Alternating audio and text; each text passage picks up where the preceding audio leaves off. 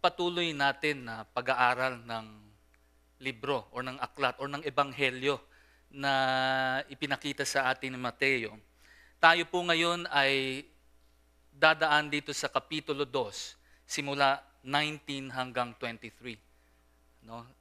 Yung nga lang, medyo mapapansin ninyo, ang dapat na text na dadaanan natin ngayon ay yung dapat sana na pinreach ni Pastor EJ last Sunday. Yung nga lang, siguro mas minarapat din namin na ituloy muna ito. And then next Sunday, itutuloy ni Pastor EJ yung dapat na na-preach niya sana last Sunday. At yun po ay sa chapter 2, verse 1 to 18. Pero wag ho kayong mag-alala dahil itong ating pag-aaralan, kumbaga naka-segment naman yan no? At kung titignan din natin, bibigyan ko rin naman po kayo ng konting background doon sa ipipreach sa atin ni Pastor EJ sa susunod na linggo.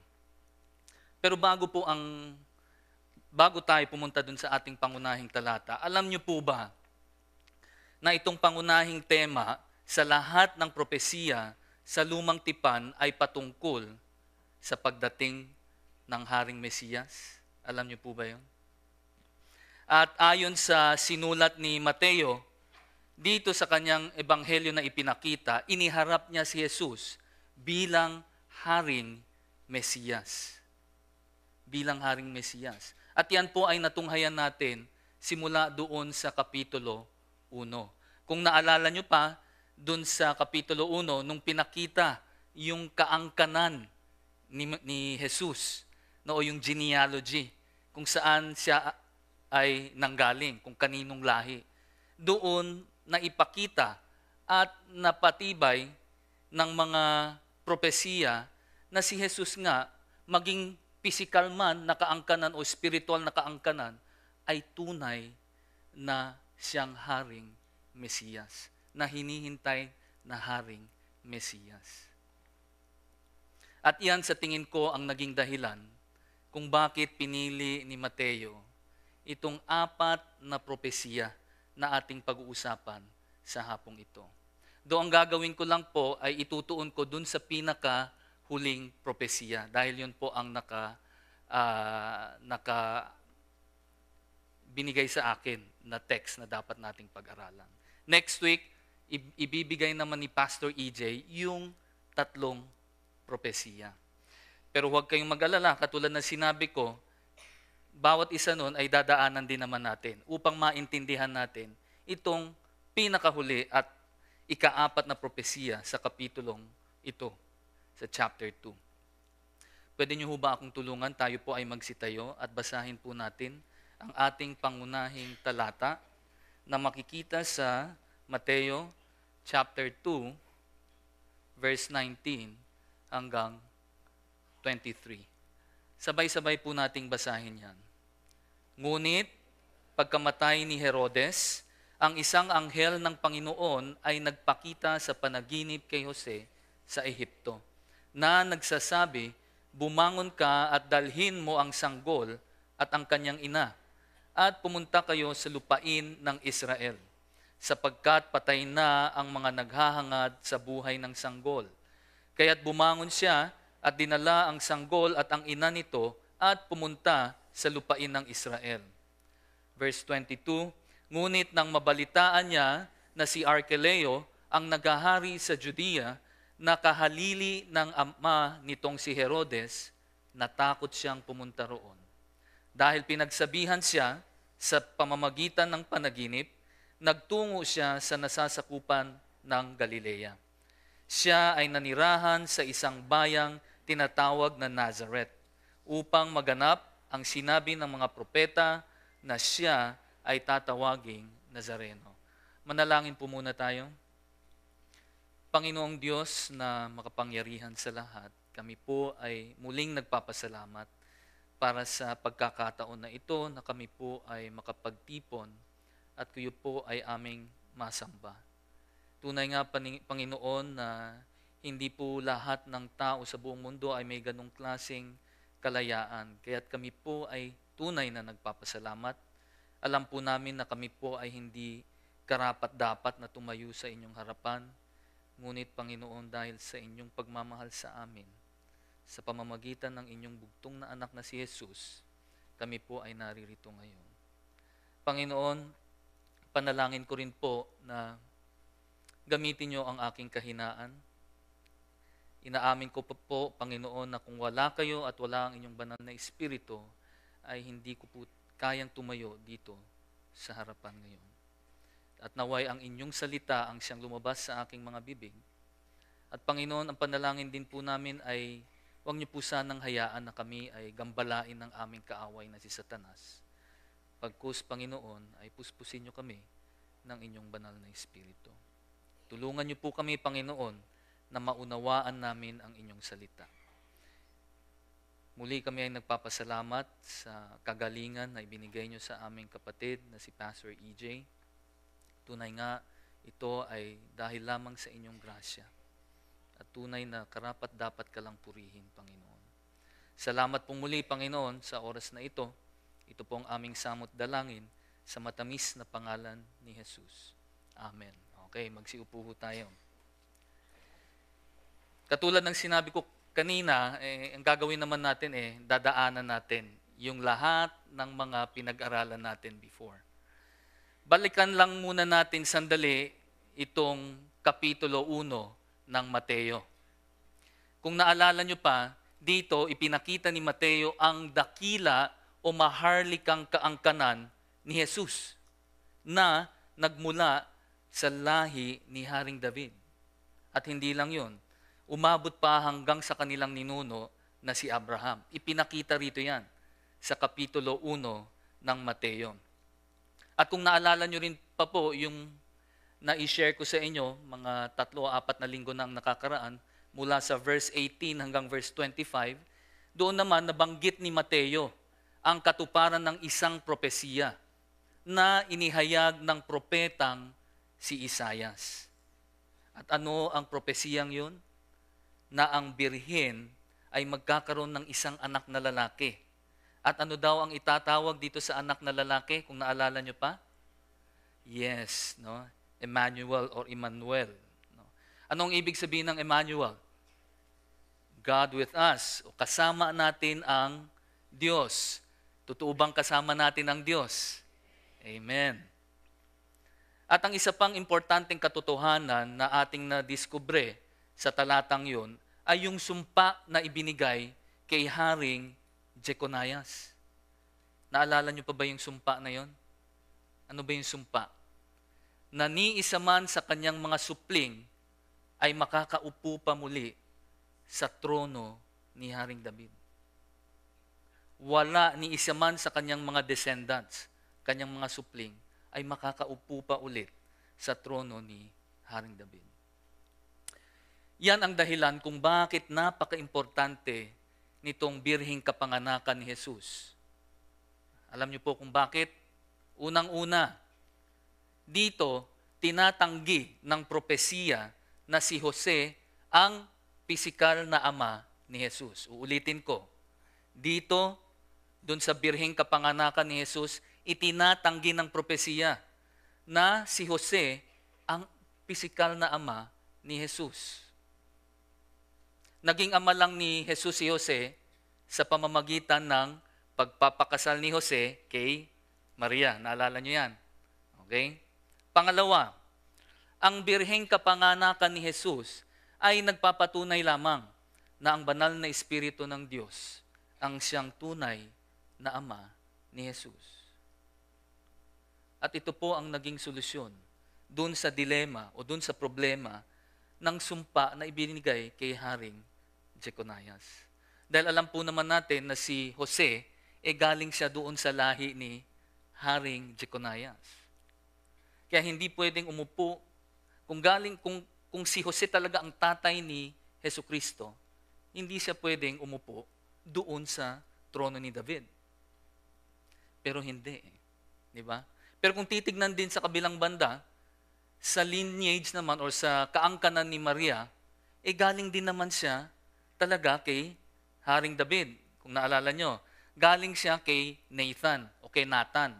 Si Nathan ay kapatid ni Haring Solomon. Kaya kung kahit saan mo tignan, galing talaga kay Haring David ang ating Panginoong Jesus. Ang kabuuan po ng Kapitulo 2 ay ipinakita dito ang 4 na importanteng propesiya patungkol sa Haring Mesiyas na naisakatuparan na. No? Ito yung tinatawag natin na 4 na heograpikong propesiya. At sinasabi rito sa 4 na heograpikong propesiya, lahat ng lugar na ito ay pinanggalingan ni Jesus. Paano nangyari yan? Maari ang iba sa inyo ay nagtatanong. Diba? Alam po ninyo, sa tao mukhang imposible. Pero pagdating sa Diyos ay walang imposible. Walang imposible po sa ating Panginoon. Alam po ninyo, dito sa Kapitulo 2, nag-umpisa ito sa mga pantas na dumating sa Bethlehem. Alam niyo po ba kung ano yung pantas? Ang pantas ay, sa wikang Ingles, ay magi. No? Hindi ko na alam kung ano pa ang tawag na ibang salitang Tagalog ang pantas, kundi pantas lang. Pero pag nakita niyo sa wikang Ingles yung salitang magi, o minsan ang translation ay wise men, yun po ang pantas. No? Kaya kung alam ninyo yung karamihan sa atin or yung iba nating mga kababayan, sineselebrate itong Three Kings, no? Yan po ay hindi makikita sa Biblia. Wala pong 3 hari. Okay. Meron lang po ang nakasaad doon ay pantas o magi. Hindi rin po, wala rin pong nakakaalam kung ilan ang pantas na pumunta. Kaya walang makakapagsabi ko yun ay 3 hari o 3 pantas, 5, 7, 10 o 1 dosena. Pero karaniwan po, ang pantas, pag pumupunta yan sa isang lugar, hindi lang iisa yan. Pulutong yan minsan. No? At sa pagkakataon na ito, itong mga pantas na ito ay pumunta sa Bethlehem. Sa anong kadahilanan? Anong dahilan niya? Bakit sila pumunta ng Bethlehem? Alam niyo po kung bakit? Upang hanapin ang napababalitang hari ng mga Hudyo. Dahil ito po ay makikita sa propesiya ni Micah. At ang sinasabi dito sa propesiya ni Micah na ang Haring Mesiyas daw ay manggagaling sa isang maliit na bayan ng Bethlehem. Saan galing si Kristo Jesus? Saan siya pinanganak? Sa Bethlehem. Ngayon, para lalo nating maintindihan itong mga pantas na ito, bigyan ko kayo ng karagdagang impormasyon. Itong mga pantas, ang mga pantas ay siyang humuhubog sa mga susunod na magiging hari. Walang pwedeng maging hari kung hindi nila sasabihin na pwede siya maging hari. Sila lamang ang may authority. Sila lamang ang may otoridad na pwedeng magsabi nun. Sila ay galing sa mga lahi ng mga pari na taga Medes. No? Yun ang lahing pinanggalingan nila. At malaki at importante ang kanilang tungkulin sa kaharian ng Persya. Dahil sila nga ang siyang naghuhubog sa mga susunod na hari, sila ang nagtuturo, sila ang gumagabay, at tinuturuan nila itong mga prinsipe at mga susunod na magiging hari ng mga katuruan at batas ng mga taga-Medes at taga-Persya. Alam po ninyo, itong mga pantas na ito, nung sila ay pumunta sa Bethlehem, at nung makita nila si Jesus, alam niyo anong ginawa nila? Sila ay nanikluhod at sumamba sa Panginoong Jesus. Na siya namang pinapatunayan na tunay nga na si Jesus ang hinihintay nilang Haring Mesiyas. Ang hari ng mga Hudyo, ang hari ng mga hari.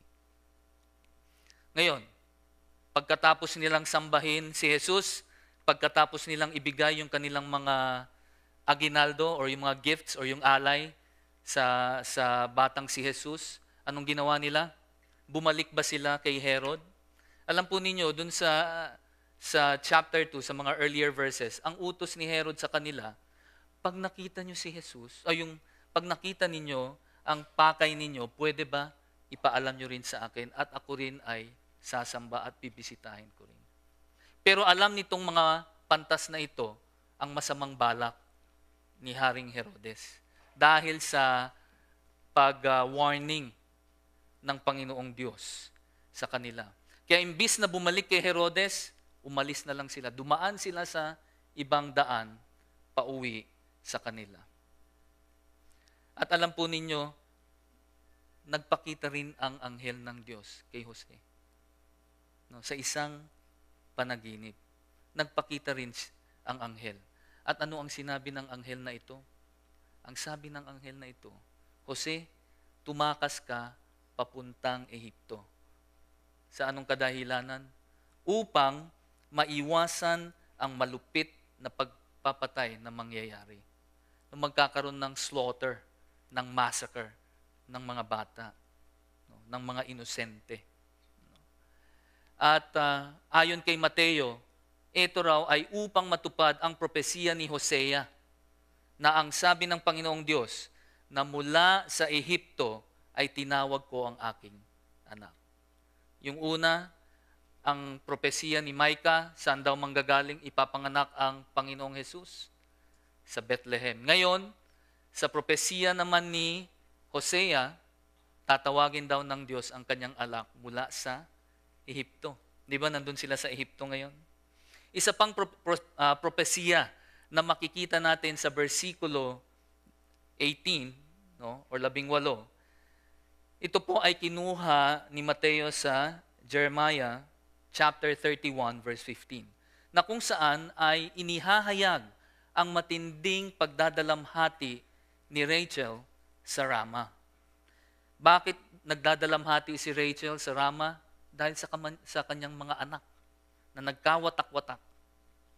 At dito ay ipinakita rin yung simbolo ng pagkalungkot at yung matinding pagdadalamhati ni Rachel sa mga susunod na mangyayari.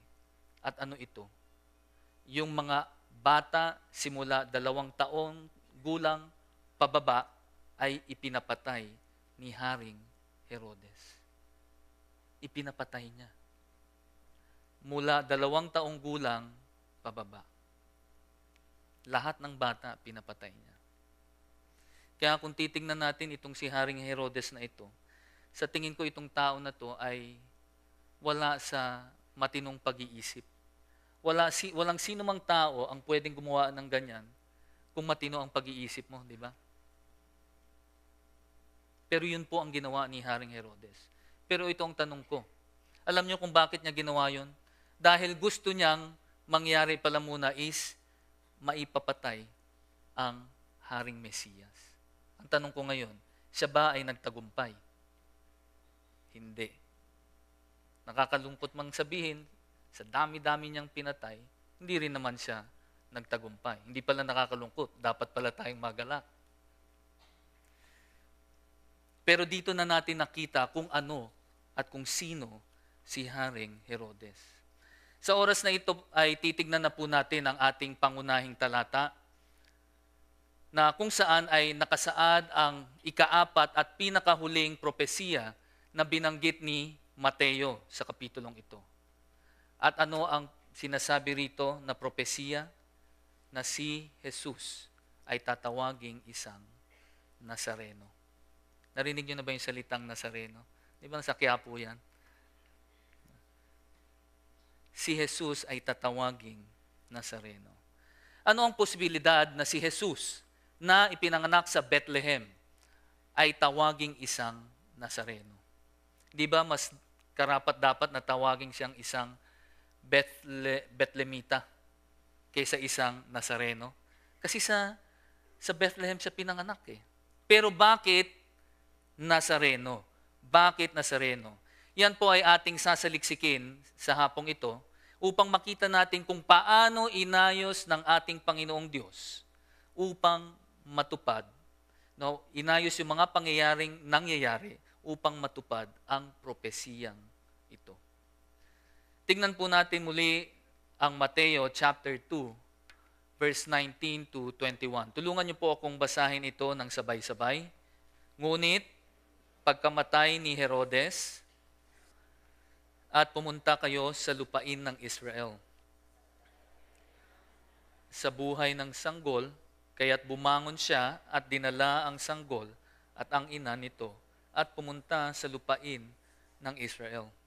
Bago natin pagbulay-bulayan itong talata na to, bigyan ko muna kayo ng karagdagang impormasyon pa patungkol kay Haring Herodes. Alam nyo, meron siyang moniker sa wikang Ingles. Ang tawag sa kanya ay Herod the Great. No, yun ang isang pangalan pa sa kanya sa wikang Ingles. Ngayon, katulad ng sinabi ko sa inyo kanina, sa tingin ko may problema sa pag-iisip itong si Haring Herodes na ito. Alam nyo kung bakit? Kung hindi ba naman may problema ka sa pag-iisip, bakit mo ipapapatay ang iyong sariling pamilya? Una, ipinapatay niya yung kanyang asawa, yung pangalawang asawa niya. Sa pagdududa na siya ay gumagawa ng plano upang siya ay lasunin. Yun ang pagdududa niya sa kanyang asawa. At hindi lang natatapos doon. No? 5 taon bago siya mamatay, o ilang taon bago siya mamatay, ay pinapatay niya rin yung 2 sa kanyang mga anak. Muli sa pagdududa. At 5 araw bago siya mamatay, pinapatay niya ulit yung isa pa niyang anak. Kung ikaw ay isang tao na matino, magagawa mo ba yan sa sarili mong pamilya? Gaanoon kalupit si Haring Herodes. Ganyan siya kalupit. At alam niyo po, nung siya ay nakaratay sa kanyang higaan ng karamdaman, meron ho siyang mga sakit na dumapo sa kanya. Yung isa po ay isang matinding sakit sa atay. Kanina sinabi ko bato. Ang liver pala is atay. Tama ho ba? No, atay. Na nagkaroon ng komplikasyon at siya ay nagkaroon ng sakit na tinatawag sa wikang Ingles na Fournier's gangrene. No? Itong klaseng sakit na ito, parang cancer ho daw yan. Nabubulok ang laman. Yung nga lang, ito ay parati nakikita doon sa maselang bahagi, no, ng isang lalaki. Kaya makikita nyo, kung nabubulok ito, parating sariwa yung sugat. Kaya napakasakit nito. No? Napakasakit nito. At sa tingin ko ay karapat-dapat lang niyang maranasan dahil sa kanyang kalupitan. At ayon sa mga scholar din, sinasabi nila na nung sa panahon na siya ay namumuno, siya rin ay dumaranas ng matinding depresyon at paranoia. Na sa tingin ko siyang dahilan kung bakit niya pinapatay ang sarili niyang kapamilya. Muli, ganun po kalupit itong si Haring Herodes. Ngayon, nang si Haring Herodes ay namatay, ang sabi rito sa Mateo, isang anghel daw ng Panginoon ang nagpakita muli kay Jose. Pero bago po tayo tumuloy dyan, meron lang akong konting paalala ulit. No? Alam po ninyo, nung unang panahon, ang mga revelasyon ng Diyos ay ibinibigay niya sa kanyang mga pinili o sa kanyang mga propeta sa pamamagitan ng direktang pakikipag-usap. O di kaya sa pamamagitan ng pangitain. O katulad nung nangyari kay Jose sa pamamagitan ng panaginip. No? Pero sa kapanahunan natin ngayon, hindi na po natin kailangan managinip, no, at maghintay ng pangitain para alamin ang kalooban ng Diyos. Bakit hindi na natin kailangan? Yes. Dahil nandito na 'Di ba? Yung banal na kasulatan. Kaya kung may taong nagsabi sa inyo, o di kaya kung ako, nagsabi sa inyo na 3 araw ako na sa Starbucks at nagmumuni-muni, biglang kinausap ako ng isang anghel. At sinabi na ako ang bagong Kristo. No? Maniniwala ba kayo? Ibig sabihin niyan, nawawala na ako sa aking sarili. Kaya ko sinasabi yon ay upang mag-ingat tayo. Di ba? Itong mga bulaang propeta, mga bulaang Kristo, ano ang basihan nila para sabihin nila na sila ang Kristo sa panahon ngayon? Alam niyo anong basihan nila? Nagpakita kasi ang Panginoon mula sa pamamagitan ng panaginip o pangitain. Sino ang makakapag-attest doon? Sino ang makakapagpatunay na nakita nga nila? Sasabihin nila, ako nakakita. Di ba? Tapos sasabihin nila, sila ang Kristo sa panahon ngayon. Siya ang tunay na anak ng Diyos sa panahon ngayon. Abay, yan po ay kalokohan. Kaya po, dapat tayo ay mag-ingat. Kung gusto ninyong malaman ang kalooban ng Diyos, hindi natin kailangan managinip. Pag-aralan natin ang kanyang salita. Ang sabi ng anghel kay Jose, ay dalhin niya ang bata at ang kanyang ina pabalik sa Israel. Uulitin ko, ang utos ng anghel kay Jose, dalhin mo ang bata at ang kanyang ina pabalik sa Israel. Tingnan nyo itong sinabi ng anghel na ito. Hindi niya sinabi kay Jose, dalhin mo yung anak mo at saka yung asawa mo pabalik ng Israel. Anong sinabi ng anghel? Dalhin mo ang bata at ang kanyang ina. Anong ibig sabihin nun? Anong ibig sabihin nun? Muli, dito ay ipinapakita na itinatanggi si Jose bilang pisikal na ama ni Jesus. Tama ho ba? Hindi siya ang pisikal na ama ni Jesus. Sino ba ang ama ni Jesus? Ang tunay na ama niya?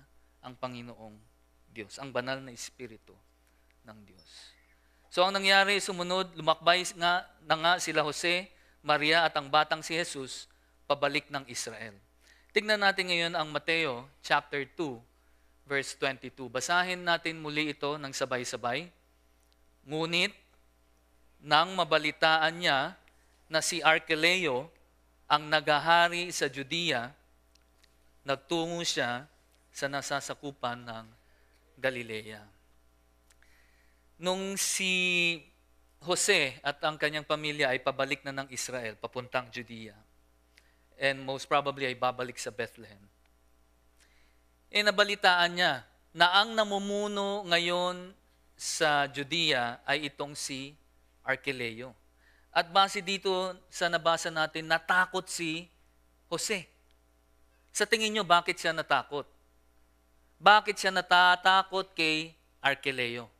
Anong kadahilanan? Sino nga ba itong si Arkeleo? Meron na kasing mga panahon na ito ay may kumakalat ng bali-balita patungkol sa pagkatao nitong si Arkeleo. Alam po ninyo, nang mamatay si Haring Herodes, ay nahati sa 3 ang kanyang kaharian. At ito ay pinamumunuan nila Arkeleo, yung kapatid niyang si Herodes Antipas, at ang kapatid nila sa ama na si Herodes Filipo. Sila ay itinalaga ng hari ng Roma na si Haring Augustus, hindi para maging hari. Itinalaga sila doon para maging gobernador lamang. At hinati ito sa 3. Si Arkeleo, siya ay namumuno sa Judea, Samaria at Idumea, samantalang si Herodes Filipo naman ay namumuno sa hilagang parte ng Galilea. At si Herodes Antipas naman ay namuno sa Galilea at Perea. Alam po ninyo, itong si Herod Antipas ang siyang nagpapatay kay Juan Bautista. John the Baptist. Itong si Herodes Antipas, siya ang nagpapatay kay Juan Bautista. At siya rin ang tumingin at umeksamin kay Jesus nung gabi ng kanyang pagpapapako sa krus. Siya rin yun, si Herod Antipas. Ngayon, itong si Arkeleo ay isang masama at malupit na namumuno. Parehong-pareho ng kanyang ama na si Herodes, si Haring Herodes.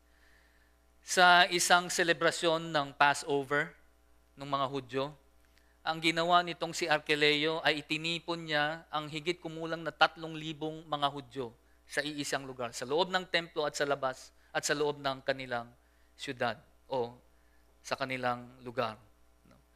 At nung ito ay naitipon na niya, inutusan niya ang kanyang mga sundalo na patayin itong 3,000 Hudyo. Nakaramihan sa kanila ay mga Pariseo at mga tagapagturo ng kautusan ng Diyos. Pinapatay sila ni Arkeleo. Alam niyo, hindi rin ako magtataka kung itong tao na ito ay may problema rin sa pag-iisip. Katulad ng kanyang ama. Ganoon siya kalupit. Ipapatay ang 3,000 katao. Alam po ninyo, makaraan ang 9 na taon ng kanyang pamumuno, tinanggal din siya ni Haring Augustus, yung hari ng Roma. Dahil sa mga balitang naririnig niya, dahil sa kanyang kalupitan at kasamaan. Kaya tinanggal siya. At dinala itong si Arkeleo sa bayan ng Gaul, na kung saan doon na rin siya namatay. At alam po ninyo, dahil sa ganong balita, dahil sa ganong pag-uugali ni Arkeleo na kumalat, no, sa buong Israel at sa mga karatig na lugar, nalaman ni Jose ito, kaya siya natakot. Kaya siya natakot. Ngunit alam ninyo, ginamit yan ng Panginoong Diyos upang si Jose at ang kanyang pamilya ay madala ngayon saan?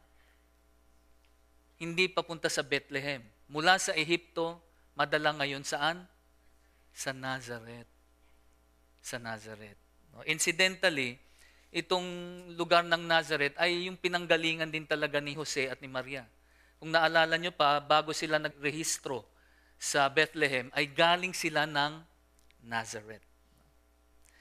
Basahin na po natin ang ating pinakahuling bersikulo sa pangunahing talata natin, do hindi ito yung huling bersikulo na ipapakita ko sa inyo. At itong huling bersikulo sa ating pangunahing talata ang siyang pagtutuunan natin ng pansin. No? Medyo tatagalan natin ng konti upang maintindihan natin itong propesiya na ito, na kung saan si Jesus ay tatawaging isang Nazareno. Basahin po natin ang Mateo chapter 2 verse 23. Sabay-sabay po nating basahin yan. Siya ay nanirahan sa isang bayang tinatawag na Nazareth upang maganap ang sinabi ng mga propeta na siya ay tatawaging Nazareno. Siya ay tatawaging Nazareno. Dito ngayon ay makikita natin kung paano inayos ng Diyos upang matupad itong propesiyang ito. Na si Jesus ay tatawaging isang Nazareno. Alam naman natin na mula sa Nazareth, si Jose at Maria ay pumunta sa Bethlehem upang magparehistro. At pagkatapos manganak si Maria sa Bethlehem, dinala sila ng Panginoong Diyos papunta namang Ehipto. At nang mamatay si Haring Herodes, ay bumalik sila ulit sa Nazareth sa paggabay pa rin ng ating Panginoong Diyos. Alam po ninyo, itong propesiya na binanggit ni Mateo, hindi talaga natin ito makikita na nakasulat sa lumang tipan. Alam niyo ho ba? No, yung exact words nito, hindi niyo makikitang nakasulat sa lumang tipan. Na sinasabi na siya ay manggagaling, na siya ay tatawaging Nazareno. Ngayon, kung tatanungin ninyo ako, bakit hindi ito naisulat sa lumang tipan? Ang masasagot ko lang sa inyo ay hindi ko rin po alam. Hindi, sa totoo lang, hindi ko ho alam. May ibang mga nagsasabi na ito raw ay isang propesiya, itong siya ay tatawaging Nazareno. Ito raw ay isang propesiya na ipinasa lamang ng mga ninuno nila mula sa henerasyon hanggang sa mga sumunod na henerasyon. At hindi raw ito nakasaad sa lumang tipan. No? Yun ang sinasabi ng iba. Ang isa pang espekulasyon at may mga gumagawa nito na ang ginagawa nila, itong salitang Nazareth ay pinipilit nilang itugma, no, o iniuugnay sa mga propesiya sa Lumang Tipan. Katulad na lamang nitong propesiya na makikita sa Isaiah chapter 11 verse 1. Pinipilit nilang iugnay itong salitang Nazareth sa propesiya na yan. Pero sa ganang akin lamang, dun sa pagpipilit na ginagawa nilang ganon, imbis na lalong luminaw ay lalo pang gumugulo. Lalong mas dumadami ang katanungan. Mga kapatid ko, lalo na dun sa mga mahilig sumaliksik at mapag-aralan ang salita ng Diyos. No, I'm sure baka nasa isip nyo rin yan, oo nga, no, bakit hindi yan nakasulat sa Lumang Tipan? Ang sabi ni Mateo, yan ay galing sa mga propeta. Bakit hindi nakasulat? Mga kapatid, pwede ba? Bakit hindi na lang natin tanggapin ito kung anuman ang nakasaad sa banal na kasulatan? Tanggapin na lang natin na ito ay tunay na propesiya na sinasabi ng Panginoong Diyos. Dahil ito ay nakasaad sa banal na kasulatan. No? Take it as it is. No? Tanggapin natin kung anuman ang sinasabi ron. At ano ba ang propesiya? Na siya ay tatawaging Nazareno. Siya ay tatawaging Nazareno. Tanggapin na lang po natin ito at huwag nang pagtalunan pa. Okay lang ho ba? Pero dapat po nating ipanalangin ng isa't isa. No, itong talata na to ay tunay na mahirap intindihin kung hindi tayo tutulungan ng banal na Espiritu ng Diyos.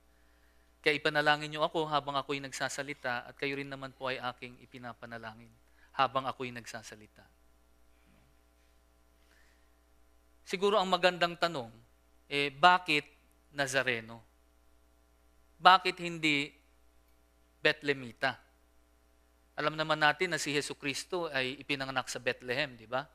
Kung ikaw ay ipinanganak sa Cebu, anong tawag sa iyo? Cebuano. Kung ikaw ay ipinanganak sa Ilocos, Ilocano. Pag ikaw ay ipinanganak sa Chinatown,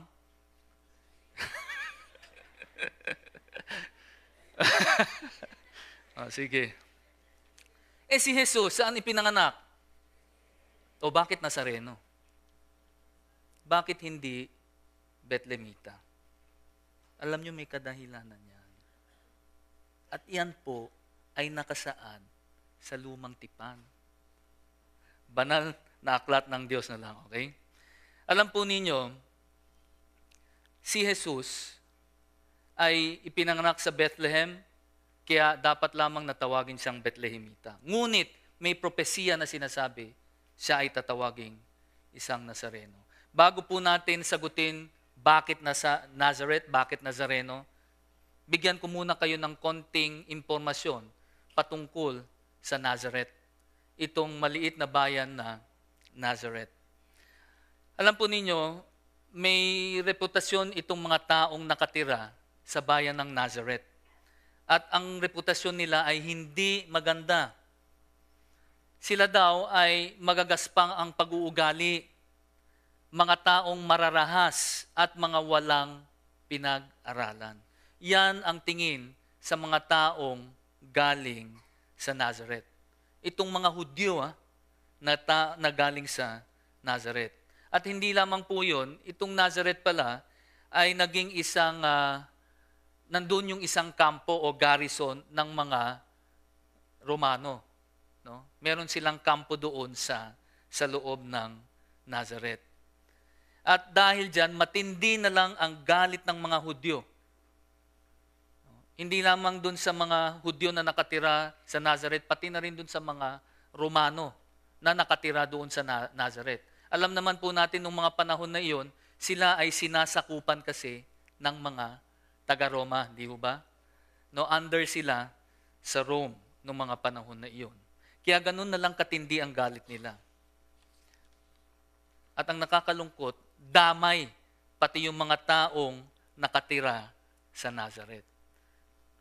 Kaya kung titignan ninyo dito sa Juan, chapter 1, verse 45 hanggang 46, basahin po natin ang sabay-sabayan.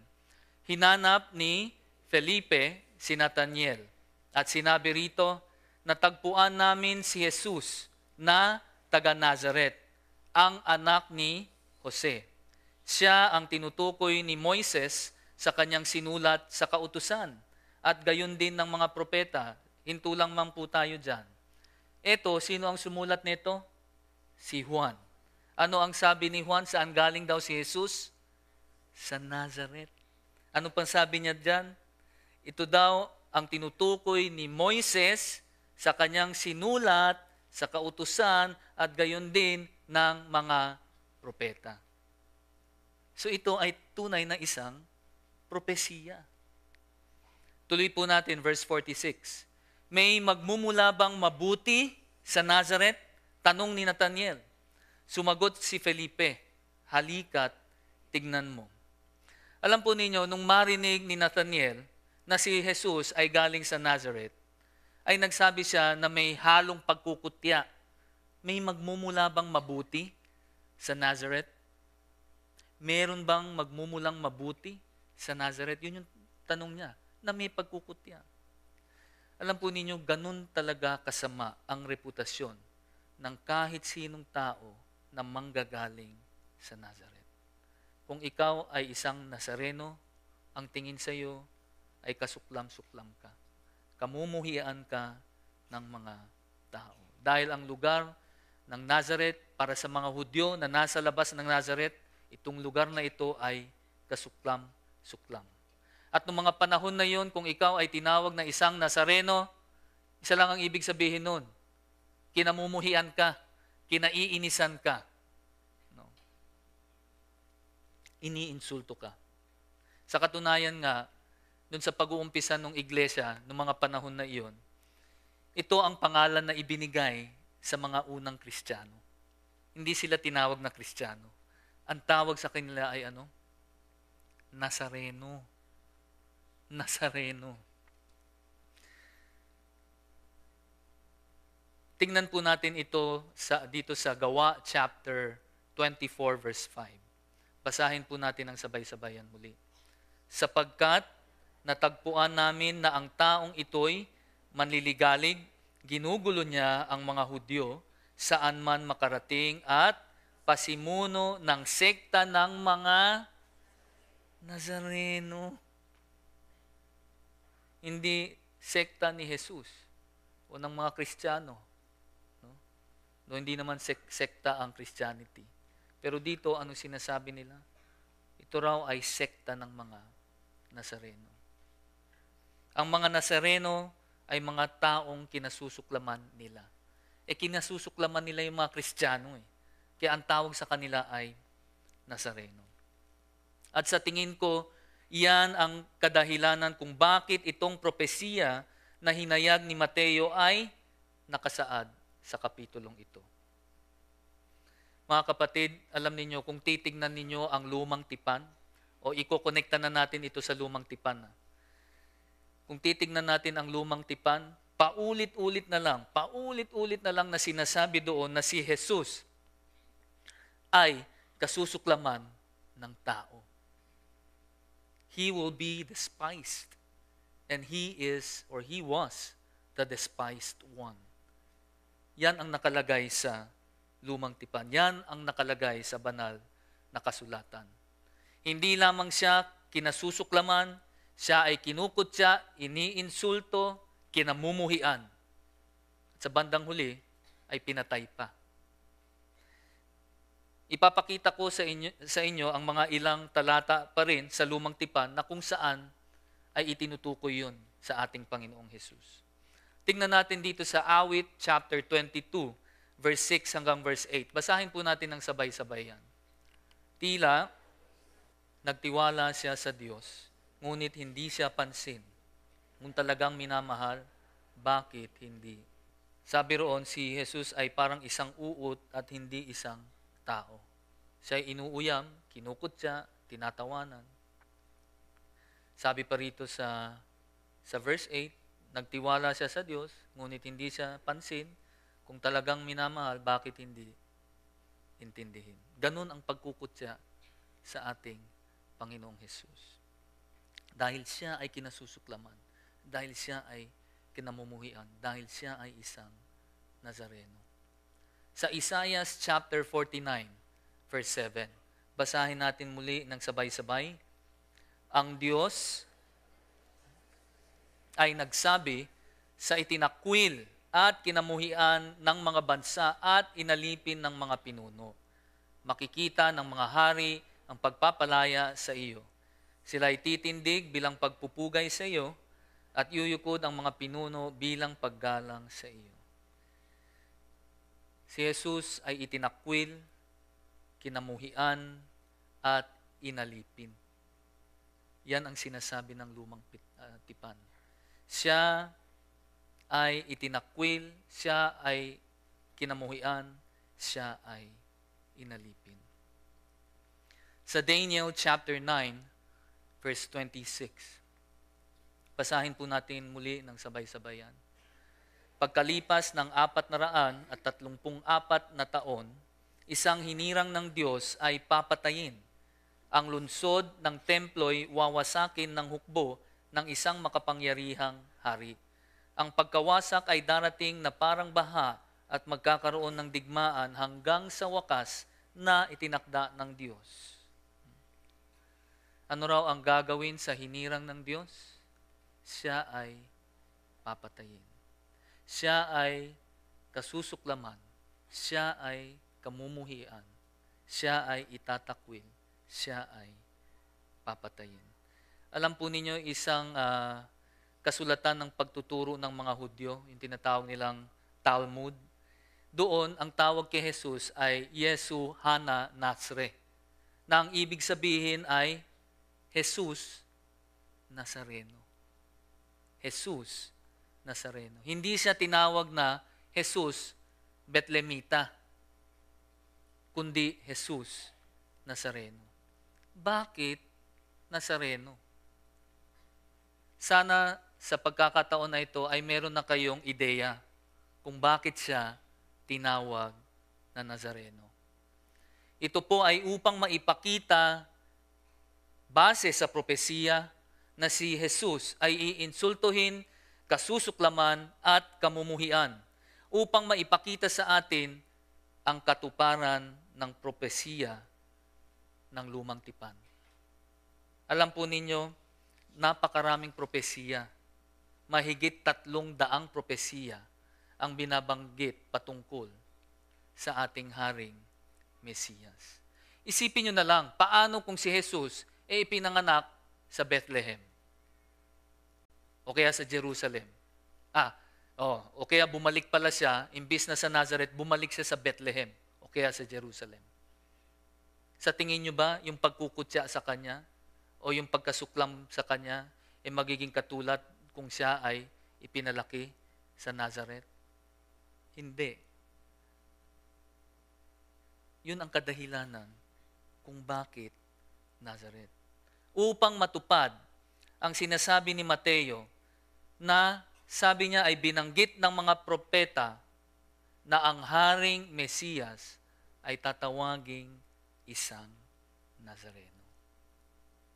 Siya ay tatawaging isang Nazareno. Anong tawag sa kanya? Isang Nazareno. Siya ay itatakwil, siya ay kasusuklaman, siya ay kamumuhian, at siya ay pinatay. Siya na isang Nazareno. At sa ating pagtatapos, kung titignan natin ang lahat ng propesiya na ipinakita dito sa Kapitulo 2, no? Yung 4 na heograpikong propesiya na dapat daw ay pinanggalingan ni Jesus. No? Ang bawat isa sa mga propesiyang iyon ay tumutugma sa iisang tao lamang. At yan ay tumutugma kay Kristo Jesus. Pero hindi lang yun 4 pa lang yung pinag-uusapan natin. Pero kung titignan ninyo sa lumang tipan, mahigit 300 na propesiya patungkol kay Jesus. At lahat ng propesiya na iyon ay tumutugma kay Kristo Jesus. Walang palya. Lahat tumugma kay Kristo Jesus. Alam po ninyo, nung itong talatang ito ay aking minumuni-muni at pinag-aaralan, hindi ko maiwasan na mamangha talaga sa ating Panginoong Diyos. Na mamangha sa Kanyang kapangyarihan at sa Kanyang kadakilaan. Biro ninyo, ilang daang propesiya patungkol lamang sa iisang tao. Sa tamang oras, lahat na iyon ay nangyari, walang mintis. Hindi ba't ang Diyos lamang ang pwedeng gumawa niyan? Pwede bang gawin ng tao yan? Imposible. Di ho ba? Ang Panginoong Diyos lamang. Yung binanggit natin kanina, yung pinag-aralan natin kanina, 4 na propesiya pa lang yan. Pero dun sa 4 na propesiya na iyon, mukhang imposible na talaga na ito ay tumukoy sa iisang tao lamang. Ngunit ito ay nangyari. Bakit? Diyos ang gumawa niyan. Alam po ninyo, yung salitang imposible, wala yan sa bokabularyo ng ating Panginoong Diyos. Para sa Kanya, lahat ay posible. Alam po ninyo, ang ating Panginoong Diyos ay tunay na tapat. Kaya nga dapat tayo ay parating magpasakop sa Kanya. Kung anong sabihin niya, dapat ay sundin natin bilang mga anak ng Diyos. Alam ko po na marami sa atin na nandirito ngayon ay dumaranas din ng maraming problema. Maraming paghihirap. Problema sa trabaho, problema sa pamilya, sa asawa, sa kapatid, problema din sa anak. O dun sa mga nagpo-full time sa ministeryo, problema sa ministeryo. And I'm sure na kayo ay sasang-ayon sa akin na may mga panahon na iniisip natin na parang wala nang solusyon ito . No? Hopeless case. Hirap na ako, ilang taon na to, nandyan pa rin. No? Parang hopeless na. Alam ninyo kung bakit tayo may ganong klaseng pananaw? Na iniisip natin, walang pag-asa na. Alam niyo kung bakit? Kasi tayo ay umaasa sa sarili natin. Kung aasa ka talaga sa sarili mo, hopeless talaga. Pero pag ikaw ay aasa dun sa pinanggagalingan ng pag-asa, abay siguradong may pag-asa. Tama ho ba? Kaya kung titingnan ninyo, itong ginawa ng ating Panginoong Diyos, dito ipinakita sa mga propesiyang ito, ikukumpara natin ngayon yung mga nangyayari sa buhay natin, yung mga problema na ating dinaranas. Abay kung ikukumpara nyo dito sa ginawa ng Diyos, baliwala yung mga problema natin. Biro mo, si Jesus na isang Bethlehemita tinawag na isang Nazareno. Paano nangyari yun? Kung hindi Diyos ang gagawa.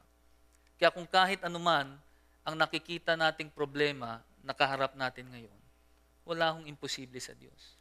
Kung iyan nga na napaka-komplikado, napakahirap gawin, ay ginawa ng Panginoong Diyos. Sa anong kadahilanan? Alam niyo kung bakit? Upang tayo ay mailigtas. Okay? So, pwede ho tayong magsipagtayo at tayo po ay mananalangin. Panginoong Diyos na makapangyarihan sa lahat, salamat po, Panginoon, sa inyong salita. Tunay nga na kayo ay makapangyarihan at dakila. Sa ipinakita nyo sa amin, Panginoon, na kayo ang siyang may akda ng buhay. Kayo rin ang siyang may akda ng mga propesiyang ito patungkol sa aming Haring Mesiyas, na siya naming tagapagligtas. Tunay nga, Panginoon, na kayo ay dapat lamang nabigyan ng kapurihan. Dahil kung hindi sa inyo at sa inyong bugtong na anak, ay hindi po kami makakatayo dito sa inyong harapan ngayon. Panginoon, sana po ay maisabuhay namin ang mga aral na aming natutunan sa inyong salita At ang panalangin ko po ay makita ng aming mga kaibigan, mga kamag-anak, katrabaho na kami ay isang Kristiyano. Maraming salamat po, Panginoon. Ito po ang aming samot dalangin sa matamis na pangalan ni Jesus. Amen. Salamat po.